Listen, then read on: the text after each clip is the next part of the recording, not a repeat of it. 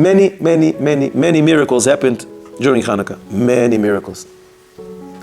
13 guys fighting the army of the US army together with the Russian army and the Ukrainian. I have to say Ukrainian army is more impressive than the Russian one.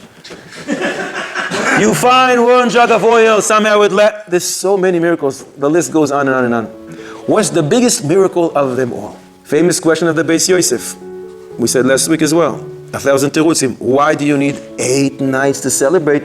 Seemingly the miracle only took place for 7. You had enough for the first night. And then the subsequent 7 nights, you have a miracle, so you should celebrate Chanukah for 7 nights. The biggest miracle, which will answer this question as well. So what happened right when they found the jug of oil? Oh Hashem, Baruch Hashem, they all said, thank you so much. But then they started to argue. A bunch of Jews standing there and starting to argue. What should we do? Guys, we only have enough to light tonight. What should we do? So one said, what do you mean? So you have to light tonight, it's a mitzvah. I said, but what's going to happen tomorrow? So somebody suggested, you know what? Let's split it in 2. We'll light today, and we'll light tomorrow as well.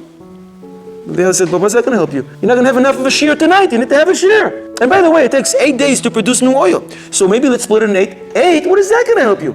It's got a tiny amount for every night. That's not a shear. And they started arguing. And then somebody came up and said, well, wait a second. I have an idea. Let's use very thin wicks. And somebody says, no, you can't do that. It's a bizarre of a mitzvah. And everybody came up with a different plan. And they argued and they argued and they argued. And what happened at the end? Somehow, they agreed and they lit the menorah.